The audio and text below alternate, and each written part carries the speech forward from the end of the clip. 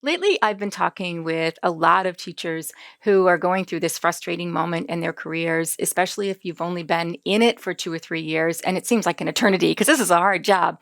And you're frustrated and you're emotional, and maybe sometimes you're even teary-eyed over, am I making a difference? Am I reaching these kids? I'm not feeling like I'm doing my job because the kids are pushing back. They're telling me they don't like my class, they don't like me, whatever it is that they're giving you. Well, that is super hard to take on a daily basis.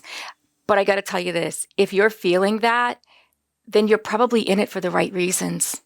If you're in it for the right reasons, you are going to feel those feelings. You are going to feel defeated. You are going to be frustrated, but you're going to keep coming back.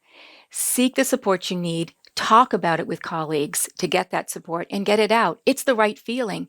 If you weren't in it for the right reasons, then you would be saying, doesn't matter to me. They get what they get. They don't show up. They don't do the work. They don't pass. I'm gone. I'm out of here at 3:30. Those are the wrong reasons. So when you feel that passion, hold on to that passion, get the support you need, and it will get better.